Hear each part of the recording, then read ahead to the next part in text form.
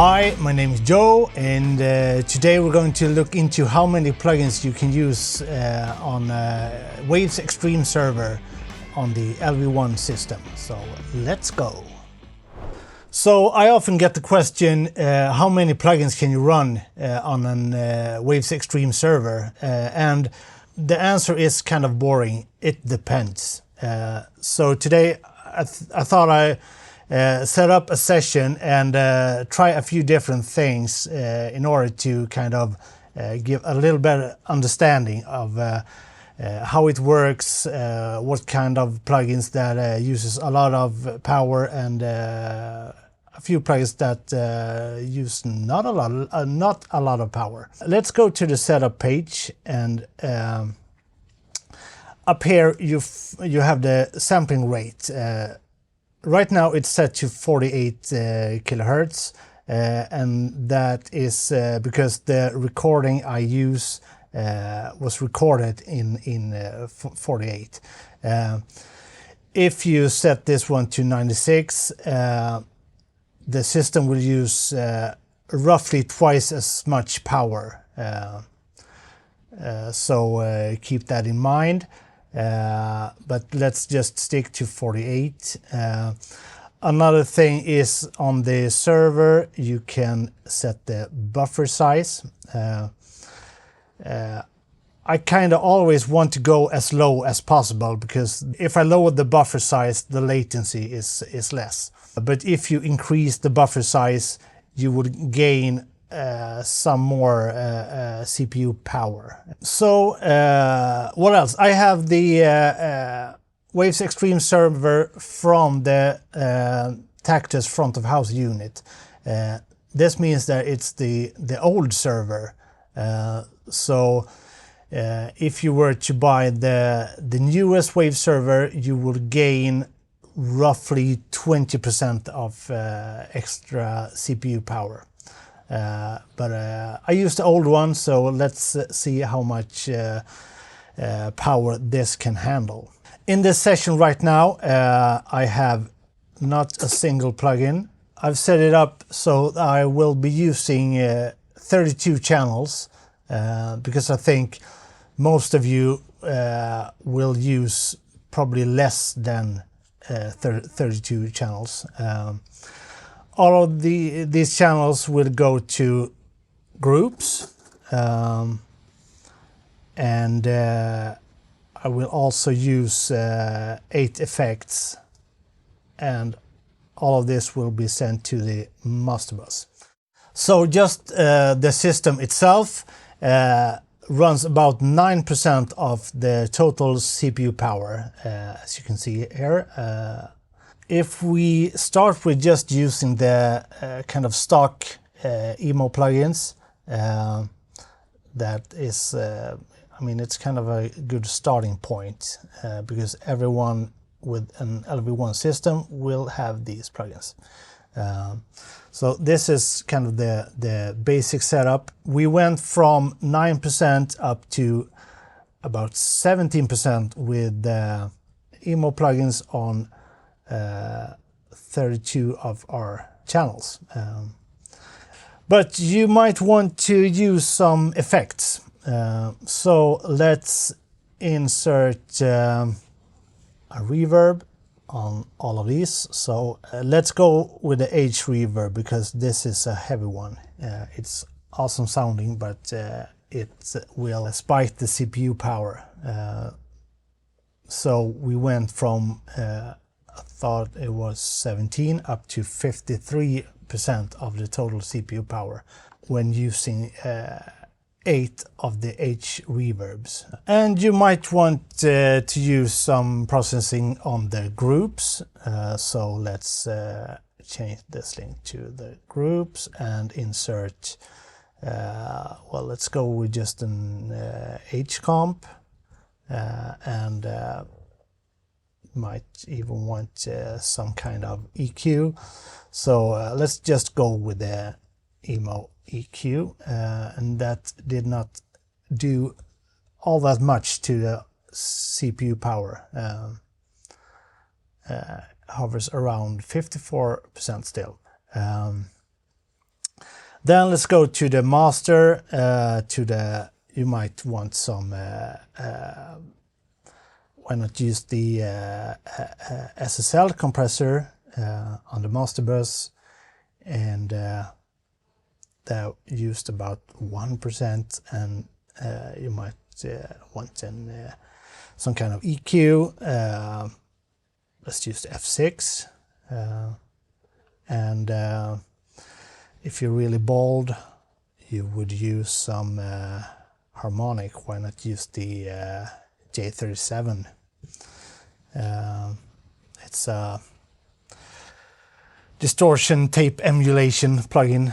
I actually haven't used this one yet. I will try it. I think it might be awesome.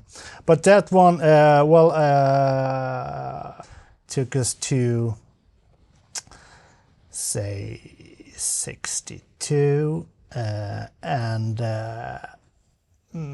you might want a brick wall limiter as well.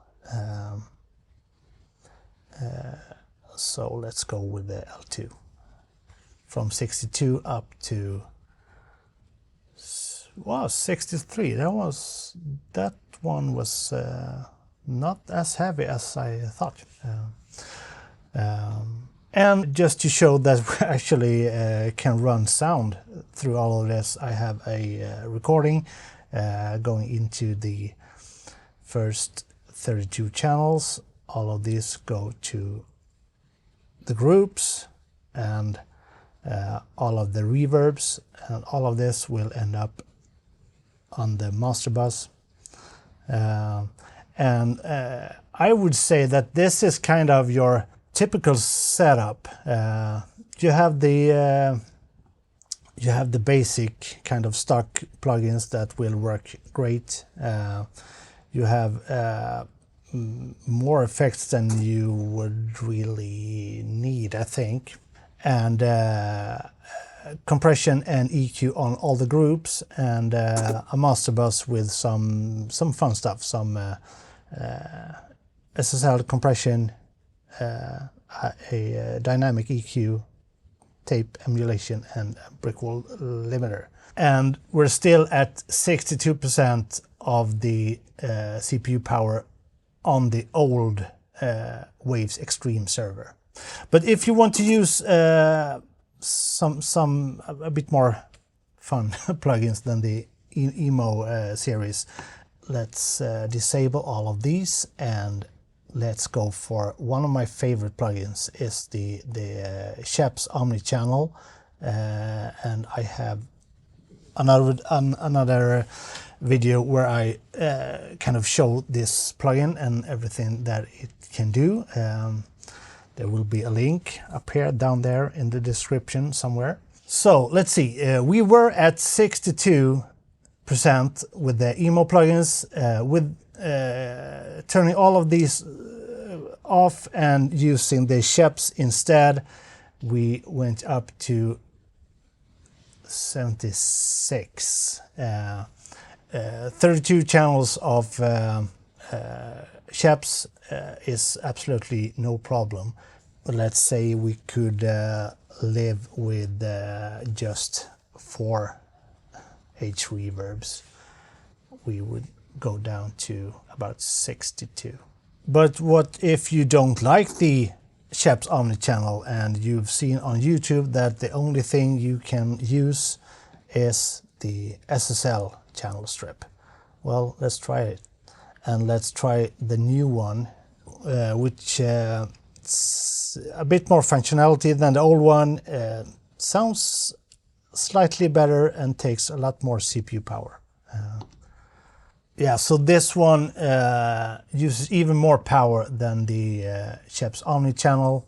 We're at 88%, which is more than I would be comfortable running a show. I mean, it shouldn't be a problem, but you're right on the edge here.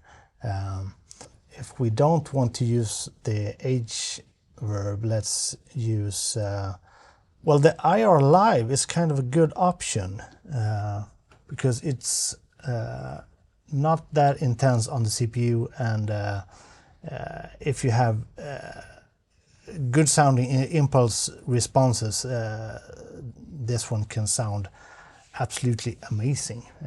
And then we're at 76% with 8 reverbs, which I don't think it's all that bad. I think it's kind of quite good.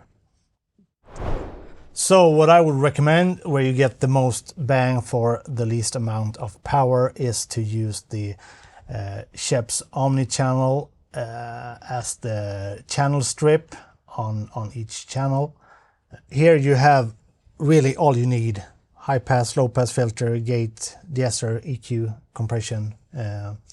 So one of these on all your channels, groups. Well, I typically don't use the H comp, but I realized that it's really not that CPU intensive, so might be a good fit. And on the groups, you might actually want to use, rather than the emo EQ, use, I would recommend the F6. Great sounding plugin with dynamic capabilities as well. And on the master, great sounding compressor, perfect EQ with dynamic section if needed. This one, I don't know, maybe let's remove that one because that's absolutely not necessary. And then a brick wall limiter, and now we're at 44% CPU power, so there's plenty of power left. All right, so let's go through a few of the more CPU intense plugins. The API 2500 is a plugin that a lot of people like. We were at 40, this takes us to 41. So all right, this wasn't all that CPU intense. I kind of like this TG mastering live. It's kind of an EQ limiter widener thing. That one takes about 4%, so from 40 up to 44. Yeah, the Poog Child is another kind of favorite, and this one really not intensive, from 40 to 41. So the TG 1, 2, 3, 4, 5 will take us to 49. So this plugin alone is kind of 9% of the total CPU power. Let's check out the Abbey Road Saturator. We're at 46, so about 6% for this one. So you might not use this on a lot of single channels, but maybe on the master bus, I don't know. This Magma BB Tubes is another favorite of mine, and again around 6% of the total CPU power, so kind of intense, but not all that bad. Well, we might actually check out the Abbey Road Chambers. Great sounding chamber reverb, but you'll see it's a heavy one. Yeah, so we went from 40 up to 59. So this plugin alone takes nearly 20% of the total CPU power. So it sounds good, but I don't really use this one because of the CPU intensity. Another favorite reverb is the Magma Springs, and this one is not nearly as intense. It will eat up about, let's see, about 7% 8% of the total power, 7 or 8%. You might get away with 1 or 2 of these, but perhaps not 8. And if you want to run even more plugins, you can always set up more servers. You can have up to 4. And also, again, this is the old Extreme server. So the new one, this is at 44% right now. The new one would be at maybe 30% with this setup that we use right now.